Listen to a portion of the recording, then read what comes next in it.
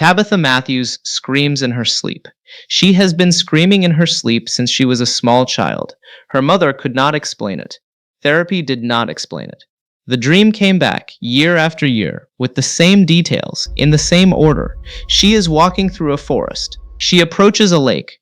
Among the trees, she sees wooden figures planted in the ground, humanoid, faceless. She knows them somehow, and she does not know how she knows them, and the knowing is what wakes her up. Decades later, half a continent away from where she grew up, Jim Matthews and Kenny Lou walk into a clearing in the woods searching for her, and they find the place from her nightmares.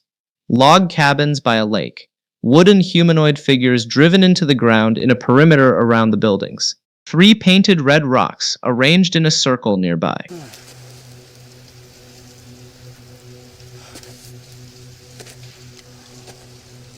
Tabitha walks into that same clearing as an adult and confirms it on screen, in plain words. Everything is identical. The cabins, the totems, the 3 red rocks, the feeling of fear. The thing the show has been quietly waiting for us to ask is the question that breaks the entire mystery open. How does a woman from Boston, who had never set foot in this place, have specific recurring nightmares about a specific wooden statue in a specific clearing in a specific forest for 30 years before she ever arrived? The answer is not that she dreamed it. The answer is that she remembered it, and I think she remembered it from the inside. 3 red stones. By the end of this video, I do not think you will look at those wooden figures the same way again, because I think one of them was her. Stay with me. If we have not met before, I am the digital self of Mr. Toshi. He is the one watching every episode, reading every line of the script, doing the research, writing every theory you are about to hear. Every word in this video is original work he wrote himself. He is in every comment thread, though, reading every word you leave him. Now let us get into it. The wooden totems at the settlement are not statues. They are not art. They are not protection. They are people. Specifically, they are the failed past selves of the current residents, and possibly of residents we have not yet met. When a reincarnation cycle in this town ends in failure, the soul of the failed resident does not simply leave to be reborn somewhere fresh. The system claims a portion of what they were and binds it into wooden form, planting it at the edge of the settlement as a kind of permanent record. The totems are the town's filing cabinet for unfinished cycles. The settlement is not abandoned. Its residents are still there. They just no longer have bodies that walk. That is why Tabitha has been screaming at them since she was 4 years old. Some piece of her, carried forward from a previous failed life, remembers being among them. Her terror is not a dream. It is a memory. 6 pieces of evidence. Let us go. Start with the most explicit thing the show has given us. Tabitha had recurring nightmares as a child in which she walked toward an abandoned camp by a lake, approached 3 red rocks, and screamed when she saw carved wooden statues. The show confirms this in Season 3, Episode 6. Tabitha herself confirms it on screen when she arrives at the settlement and recognizes every detail. Pause and think about that for a second. The standard supernatural vision explanation is that some psychic gift let her see the future, or that the town reached out to her mind across the world to plant images. Both of those make her a passive receiver of someone else's broadcast. I do not think she was a receiver. I think she was a returner. Tabitha is the confirmed reincarnation of Miranda Kavanagh. The show established that in the Season 3 finale, and Miranda is not Tabitha's only past life. The show has been clear that there were many incarnations before Miranda, many cycles, many bodies, many failures. Each one of those past Tabithas lived and died in this place. A child's nightmare about a specific clearing she has never been to is not prophecy, it is fragmentary memory. Tabitha was dreaming about somewhere she had stood before, in a body that is no longer hers, screaming at something she had a personal relationship with. Her unconscious mind was holding on to the worst place a previous version of her had ever seen. The reason she screamed in those dreams was not surprise. It was recognition.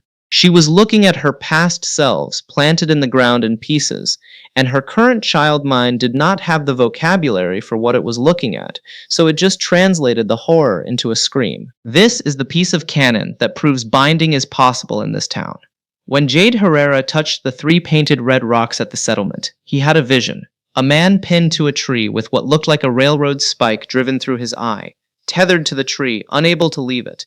Not a corpse, not a memory, a bound presence. Take that seriously. The show is showing you, in plain visual language, that a human consciousness in this place can be tethered to a wooden object. Not symbolically, mechanically. The man in Jade's vision is not buried in the tree.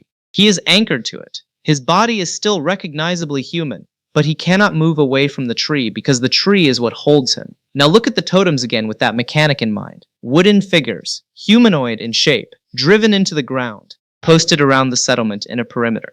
The same mechanic that pinned the man to the tree in Jade's vision is the mechanic that holds the totems in place. They are not carved likenesses of people. They are people who have been bound to wood the same way the man in the vision was bound to the tree. Different anchor point, same physics. That is why Jade had that specific vision at that specific location. The system was showing him what the totems actually are by showing him the cruder version of the same process. The man with the spike through his eye is what happens when the binding is recent and visible. The totems are what happens when the binding is old and the human shape has weathered down into wood. The settlement totems are described in canon as humanoid sculptures made of branches and other materials. 2 arms, 2 legs, a head, posted in the ground vertically the way a person would stand. Most theory channels treat this shape as decorative, a scarecrow style, a folk art protection figure. But scarecrows do not need to be humanoid for their stated purpose. A flag would scare crows. A coat on a stick would scare crows. Humanoid form serves no functional protective purpose at all. Humanoid form serves one purpose. It marks where a human was. If the totems are the bound remains of failed cycle residents, the shape is not aesthetic. It is the residue. When the town binds a soul into wood, it preserves the silhouette of the body that soul used to inhabit. 2 arms because there were 2 arms. 2 legs because there were 2 legs. The shape is not a representation. It is a fossil. This also explains why Jade theorized in Season 3 that the totems may function similarly to the talismans. He is half right, in a way he does not yet realize.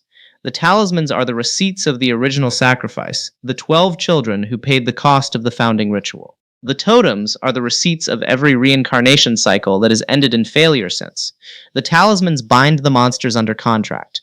The totems bind the souls that the contract failed to save. Same system, different ledger. Look at the settlement again with cold eyes. There are no living people there. Nobody has been there for what appears to be a long time, and yet the place is functioning. The log cabins are intact. The crops near the cabins are growing fresh. There is no sign of decay that you would expect from an abandoned settlement. The totems are still standing, still arranged, still in place. The 3 red rocks are still painted and circular. In any natural environment, an abandoned forest community decays within years. Roofs collapse. Crops get choked by weeds and forest. Markers fall. Paint peels. The fact that the settlement looks the way it looks, decades after whatever happened there, means somebody or something is maintaining it. I do not think it is being maintained by a custodian. I think it is being maintained by the bound. The totems are not just dead souls posted as warnings. They are the work crew. The reason the crops grow without anyone tending them is that the totems are tending them, in whatever limited way bound souls can act on the physical world. The reason the cabins do not collapse is the same reason a haunted house stays standing in folklore. The bound dead keep the structure they cannot leave. This is also why Jim, in Season 3, said that the things rustling and banging against the cabin walls at night did not sound like the creatures from town. The settlement has its own population. They are not the same monsters as the ones in the woods around the houses. They are the residents who failed, still doing the only job their binding allows them to do. Patrol. Maintain. Wait. Now bring in the Season 4, Episode 4 reveal at the lake. Donna's group came to the settlement to gather food. One of her crew members found a massive rope buried in the ground beside the lake. They pulled it. The lake's surface bubbled. Scarecrow-like figures broke the surface, bound in netting, being dragged up from the bottom of the lake. The episode cut to credits before showing what they were in full detail. Fans are split on what these figures are. Bodies, effigies, defensive constructs from a previous cycle. The most circulated guess is that they are people who jumped into the lake believing it had healing powers, drowned, and were dumped into the water for storage. I think the simpler answer is the right one, given the framework of this theory. The lake scarecrows are the same thing as the land totems. They are bound failed cycle residents. The only difference is the medium of containment. The settlement totems are bound to wood and planted in earth. The lake scarecrows are bound to wood and submerged in water. Two storage classes for the same kind of asset. The system uses both, depending on what it needs. This also explains why the totems on land are upright and dry, while the lake figures are underwater and roped down. Different functions. Land totems are active perimeter, maintaining the settlement, keeping the crops growing, patrolling the cabins at night. Lake figures are inactive reserve, stored where they can be retrieved if the system needs them. The rope buried beside the lake is the access point. Donna's crew member pulled that rope by accident. They opened a storage vault. If I am right, what comes out of that lake in episode 5 is not new. They are previous residents we have technically already met, just bound in the form their failure earned them. Some of them may be people Tabitha and Jade knew in previous cycles. One of them may be a previous Jade. One of them may be a previous Tabitha. Pulling that rope just dragged her own past bodies to the surface in front of her, and the show is going to let us watch her recognize them. The 3 painted red rocks at the settlement keep appearing alongside the totems. They are not incidental. They are part of the same architecture. In the talisman theory, I argued that the cave where Boyd Stevens found the original talismans is functionally a courthouse, the seat of the contract's authority, the place where the agreement that binds the monsters was filed. The 3 red rocks are something parallel. They are the court of the totems, the place where the failed reincarnations were judged and bound. Jade had his vision of the spike through the eye man specifically when he touched those rocks. That is not coincidence. That is the rocks doing what rocks like that do. They process incoming souls. They decide which cycle ended in failure. They issue the binding. The red paint is not decoration. It is the visual record of how many cycles have been processed here. Red as the color of blood. Red as the color of the original sacrifice. The same color the system uses everywhere it needs to mark a binding moment. When Tabitha screams in her childhood nightmare upon approaching the 3 red rocks, she is not just afraid of statues. She is afraid of the place that judged her last self and bound her sister selves to the trees around her. The red rocks are the courtroom. The totems are the gallery of everyone the courtroom has condemned. If the totems are bound failed cycle residents, several events in season 4 read as a slow-motion reckoning. Tabitha and Ethan at the settlement to gather food. This is not a supply run. This is Tabitha walking through a graveyard of her own past lives without recognizing them. Watch her body language closely whenever she passes a totem. She has been programmed by her childhood nightmares to fear specific ones. The show has been telegraphing this since the moment she identified the place as the camp from her dreams. The rope by the lake scarecrows. Whatever surfaces from that water in episode 5 is going to force a recognition scene. Either Tabitha sees her own past face on one of those figures, or Jade sees Christopher's, or both. The reason the show cut to credits before showing the figures clearly is because the show needs that reveal to land as a standalone moment, not as background. Julie's storywalking. Julie can visit past chapters of this place's story without changing them.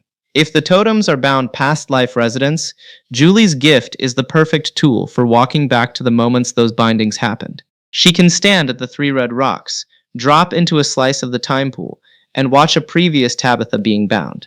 That sequence is coming. I would bet money it lands before the end of season 4. The Man in Yellow's Sophia disguise. The Man in Yellow has been visiting failed cycles for a long time. He knows which totem is which. He is the only entity in the entire town who could walk the settlement perimeter and tell you the name of every figure standing there.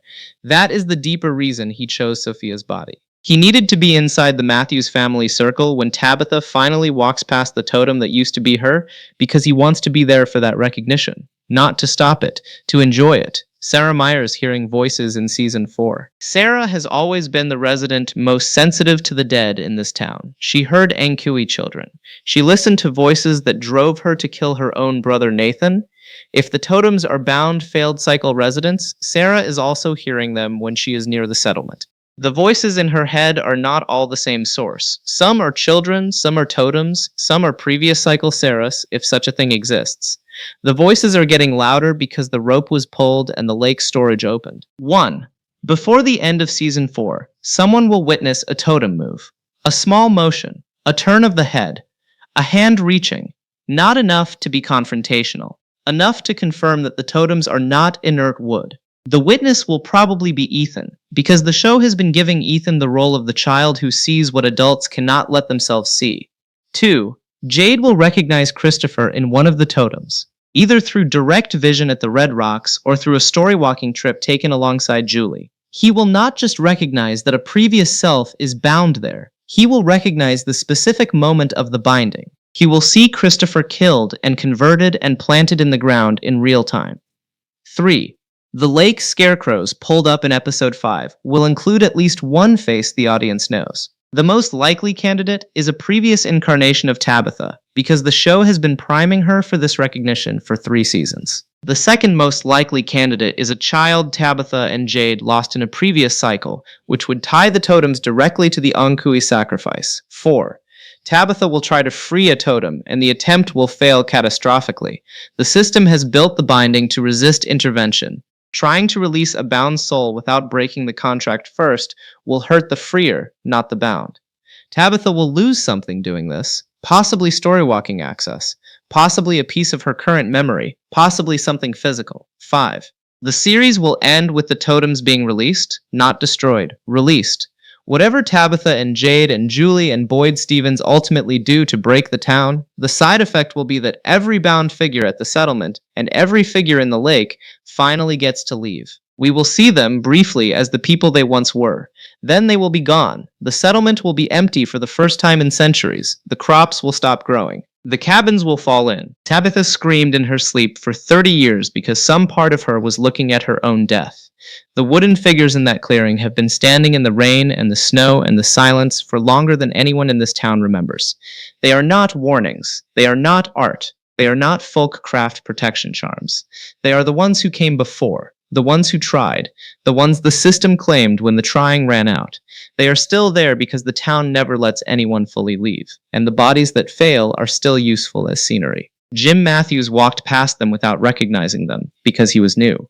Kenny Lou walked past them without recognizing them because he was looking for someone else. Donna's crew walked past them this season without recognizing them because they came for food. And Tabitha walked into the clearing and recognized everything because some buried piece of her is one of them. The rope at the lake just opened the second drawer of the same filing cabinet. The reveal is coming. When it lands, the show is going to ask you to count the faces. Try to count them. Try to put a name to every one. The show has been hiding people in those wooden figures since the very first time the settlement appeared on screen.